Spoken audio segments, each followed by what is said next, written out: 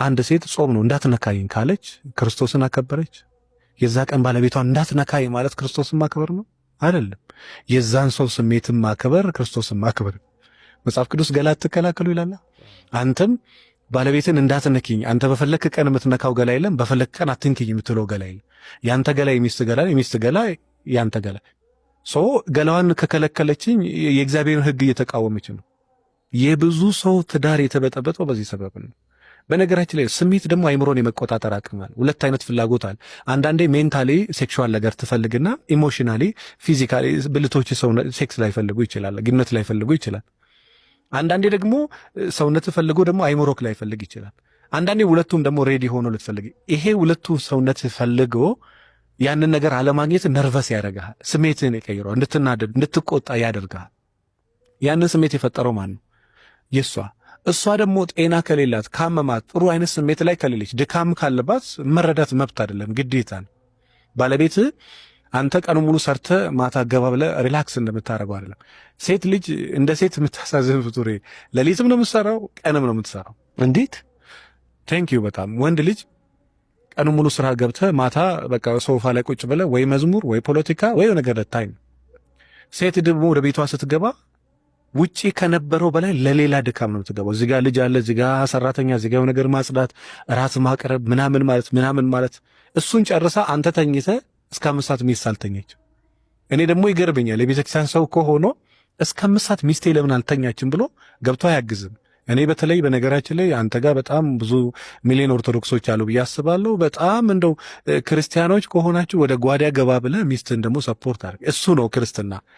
ባለቤት ትርፉ እሷ ነው። አንተን ያገባችሁ እሱ እግዚአብሔርን ያውቃል ብላ ነው። መንፈሳዊ ሰው ማግባት አንድ ሴት ትርፏ ያውቃል ብላ ነው። በቃ የተሻለ ትሪት ያደርገኛል፣ አልወድቅም፣ አይፈታኝም ብላ ነው።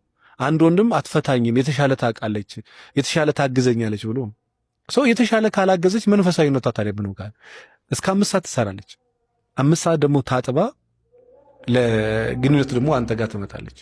ውስጧ ላይ ፈልግም ይችላል፣ ሊፈልግም ይችላል። ደስ እንዲለው ብቻ ብላ ደስ እንዳላት ሴት ተኝታ ለሊት ደግሞ 11 ሰዓት ትነሳለች። እንግዲህ አስበው ስንት ሰዓት ነው የምትተኘው? 4 ሰዓት ወይ 5 ሰዓት። እመነኝ ባለቤቷ ቶሎ ደርሶላት እቺን ሴት ካላሳረፋት ከሆነ ዓመት በኋላ የባህሪ ለውጥ ይመጣል እሷ ላይ። ብዙ ሚሊዮን ሰው ቤት ያለው እንደዚህ አይነት በቃ ልጅቷ ከአቅሟ በላይ ሲሆን በቂ እንቅልፍ አለመተኛቷ በጣም ኢቨን እንኳን አንዳንድ ሴቶች አይተኙም ሌሊት። ለምንድን ነው የማተኘው? ሚስትህ ወድ አይደለም ባይዘው። አንዳንድ ሰው አይ ስለማተኝ ነው፣ የጤና ችግር ነው፣ ሳይኮሎጂካል ፕሮብሌም ነው። ሚስት ሌሊት የማተኛ ከሆነ ትታመማለች። ከዚህ ከራስ ጸጉሯ እስከ እግር ጥፍሯ ቼክ ልታስደርጋት ይገባል፣ ልታስተኛት ይገባል፣ ትሬት ልታረጋት ይገባል። ደስታዋን ልታመጣ የደስታ ሆርሞናል ያ ነገር ሊመጣ። አለበለዚያ ካልተኛች ከሆነ ዓመት በኋላ እመነኝ ባለቤት ባህሪዋ ሌላ ነው። ከዛን በቃ ተቀይራለች ትላለህ። ተቀይራል። ያ ድካሙ ጫናው ምናምን ስትረሱ ይበዛብህና ሌሊት አተኛም። በየትኛው እንትን ትተኛለህ? የቤተክርስቲያን ሰው ስትሆን ለሚስት ስሜት መጨነቅም አንድ ዋጋ አለ፣ ምንም ጥያቄ የለውም። በቃ ያንተን ሆል ለብቻ አድርገኸው መጀመሪያ ሚስትህን ደስታ ነው ብትጠብቀው። ከራስ ጸጉሯ እስከ እግር ጥፍሯ ጥሩ ስሜት እንዲሰማት፣ ጥሩ ስሜት የተሰማት ሚስት ለአንተ ጥሩ ነገር ታስ። አለበለዛ ችላ በተክሊልን ታግባ የሆነ ሰዓት ላይ በቃኝ ትላለች። አውቀው አይደለም በቃኝ ትል ከሀቅ በቃ መሸከም አልቻልኩም። እንደዛ አብጣ እስክትፈነዳ ግን ለምን ትጠብቃለህ? ቶሎ ደርሰህ ትሪት ማድረግ ትችላለህ ሳትወርቅ። ለምን መሰለህ? ልጅ ያድጋል፣ ጥሎ ይሄዳል፣ ጎረምሳ ለምዳ ትሄዳለች። እድሜ ልክ ከአንተ ጋር የምታረጀው ሚስት ነች።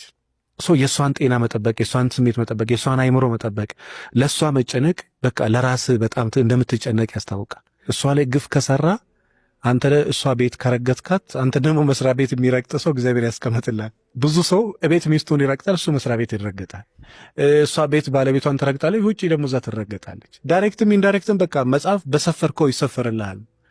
ቅን አድርግላት፣ ሳማት፣ እቀፋት፣ ደስ ይበላት፣ በቃ አስደስታት፣ ትሳቅ። በመጠን ግን ይሄ እስክትቀብጥ ራሷን እስክታጣ ነው። በመጠን ማለት ይሄው አንዳንዴ በመጠንም ሲል በቃ ፊት ስጣት ነው አይደለም። በመጠን ስል ጤናማ በሆነ መንገድ ደስ ይበላት፣ ትሳቅ እስከ ጥግ ድረስ። የእሷ ደስታ ያንተ ደስታ፣ ያንተ ሰላም ያለው እሷ ውስጥ ነው። የእሷ ሰላም ያለው አንተ ውስጥ፣ የሁለታችሁ ሰላም ያለው ደግሞ ወደ ላይ። ካልሆነ ግን ሚስት በቂ ረፍት የማታረግ ከሆነ፣ ኩሽና ገብቶ ማያግዛት ከሆነ፣ ትሪት ሰውነቷን ማሳጅ የማያረግ ከሆነ፣ አሁን እኮ እንደ ትልቅ ነገር ይቆርጠራል እኮ ሚስትን አስቀምጦ እጅ ማሳጅ ማድረግ ነው እኮ ተራ ነገር ነው። ሰው ነፍስ እየሰጠ ነው። በነገራችን ባለቤት አንቺ ኑሩ ብሎ ልብ እየሰጠ ነው። ሰው ኩላሊቱን እየሰጠ ነው አንቺ ኑሪ ብሎ። ምንድነው መሰለ የምትወደው ጥግ እስከ ጥግ ከወደደች ህይወቷን ሰጣለች። እስከ ጥግ ፍጹም ፍቅር እሱ ነው። አለበለዚያ ግን ገና ባል ለመሆን ራሱ አልበቃ ሚስት ለመሆኑም አልበቃችም ማለት ነው። በቃ እስከ ሞት ድረስ መውደድ ከቻል ክርስቶስ እንደዛ አለ ቤተክርስቲያን የወደዳት በዛ መጠን መውደድ ካልቻልክ ገና ራስን አብዴት ማድረግ አለብህ፣ እሷም አብዴት ማድረግ አለባት። እና አሁን እኔ ይገርመኛል እግር ማጠብ እንደ ፍቅር ሚዲያ ላይ ይወራል። እግሩን አጥበዋል። ምግር ስናት ቢግ ዲል እኔ የቀዳሚ ነገር ላጥብ ይችላል፣ ክብሩ ለእኔ ነው። የቲሞችን እግር ላጥብ ይችላል። ምንም ክርስቶስ በነገራችን ላይ ጎንበስ ብሎ የደቀ መዛሙርት እግር ያጠበው ከነሱ በታች ሆኖ አለ። ስለ ትሕትና ስለ ፍቅር ነው። ፍቅር ስታቅ ጎንበስ ትላል። ነፍስህን እስከ መስጠት ድረስ ነው ቃል የገባኸው አንተ። በዛ ደረጃ ቃል ገብተህ በቃ ብትሳጥ ብትነጣ ብትጠቁር አልለያትም ብለህ አልጣመችኝም፣ አልተጣጣምንም፣ በፈለኩ ቀን ሴክስ አታደርግም፣ ጸጉሯ ብብቷ። እሷ ስማርት ሴት ከሆነች በዚህ ደረጃ ለምን ትወርዳለች? የምትጸዳ ሴት ግን ቤትም ውጭም፣ ይሄ ውጭ ብቻ ከሆነች አውቃ ነው ማለት የውሸት ነው። ምን መሰለህ አንዳንድ ሰዎች ከዚህ በላይ ይታጠባሉ። ወደ ታች እነሱና እግዚአብሔር ነው የሚያውቁት። ታጣቢ ሰው ግን ሙሉ ነው የሚታጠበው።